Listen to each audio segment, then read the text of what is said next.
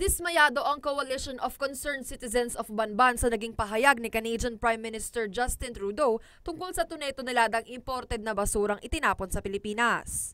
Matatandaang sa media briefing sa ABEC International Media Center nitong ika-19 ng Nobyembre, sinabi ni Trudeau na patitibayin nila ang batas para mabawalan at maparusahan na ang mga kumpanyang nagtatapon ng basura sa ibang bansa. Pero tila walang balak ang Canadian Prime Minister na kunin ang mga imported na basura. Sa halip, tiniyak nito na pag-aaralan nilang mabuti ang kanilang batas upang hindi na maulit ang pag-i-export ng basura sa bansa. Hindi naman daw kumbinsido sa pahayag ni Trudeau ang Coalition of Concerned Citizens of Banban. Ayon kay Diane Figueroa, presidente ng naturang grupo, tila sadyang iniiwasan ni Trudeau ang isyu ng imported na basura. Matatanda ang 55 container na naglalaman ng imported na basura galing Canada ang nadiskubre ng Bureau of Customs o BOC noong 2013 sa Port of Manila. Pero sa halip na ibalik ito sa bansang Canada, nadiskubre na itinapon ng BOC ang basura sa Kalangitan landfill sa Capas, Tarlac. I don't think so. Kasi the fact na iniiwasan niya ito noon, yung issue yun dapat tinakel ito doon Kasi it's an international issue, pero iniwasan nila. Kaya patuloy kaming nagiging vigilant. Kasi baka ito ay pampakalma lang sa amin. Kaya kami ay talagang nakatutok ngayon kung tututuhanin nila ito o hindi. Hindi lang ang pamahalaan ng Canada ang sinisisi ni Figueroa sa problema ng Canadian trash, kundi pati na rin ang gobyerno ng Pilipinas dahil hindi raw ito naninindigan na ibalik ang basura sa Canada. That has been the situation ever since. Ma'am sila lahat dito. They cannot comment, but even our government is doing something about this. Kaya kami ay paulit-ulit na nananawagan sa kanila. Hindi lang kasi ordinaryong bagay ito, sobra nang nakaka-apekto sa health ng mga tao. Alam nila na mali ang proseso ng pagkagawa ng mga documents ito. They should have done something about it. Hindi ko alam kung ano yung nangyayari, hindi ko alam kung ano yung hindi nila magawa at pilit kaming sinasakripisyo dito sa Banban.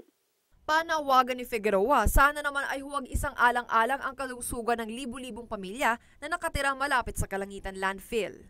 Kasalukuyan daw kasi ay hindi pa tinatanggal ang 8 container ng basura sa naturang landfill sa kabila ng pagtutol ng pamahalaang panlalawigan ng Tarlac at munisipalidad ng Capas na itinapon ang mga basura doon. Ang gusto na sana namin i-pull out na totally from the Philippines kung ilan pa yung mga container vans na nandyan. Kasi ano ang reason nila ba't i-stay dito na nagli-leak, nangangamoy, nag-i-spread lalo ng nagiging nakaka-contaminate.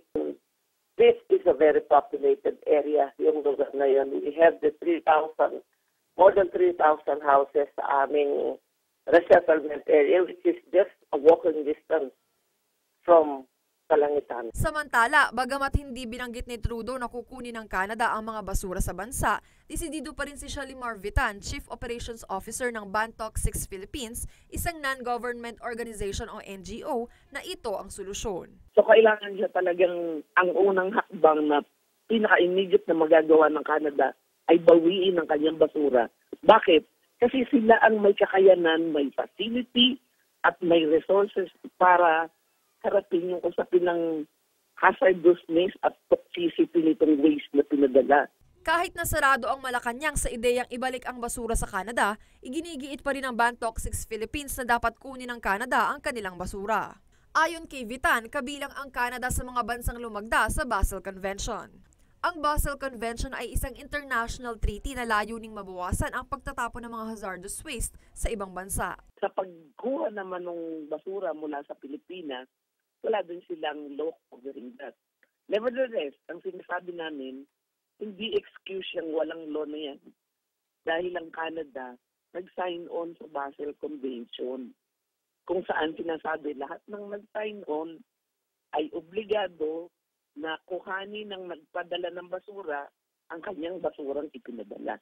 Patuloy daw nahihikayatin ng kanilang grupo ang bansang Canada na dinggin ang panawagan ng ilang environmentalist at grupo na kunin na ang kanilang basura. Hindi acceptable sa amin naiiwanan lang ang basura. At binibigyan lang namin sila ng panahon na tukuyin ano ang tama nilang hakbang dito.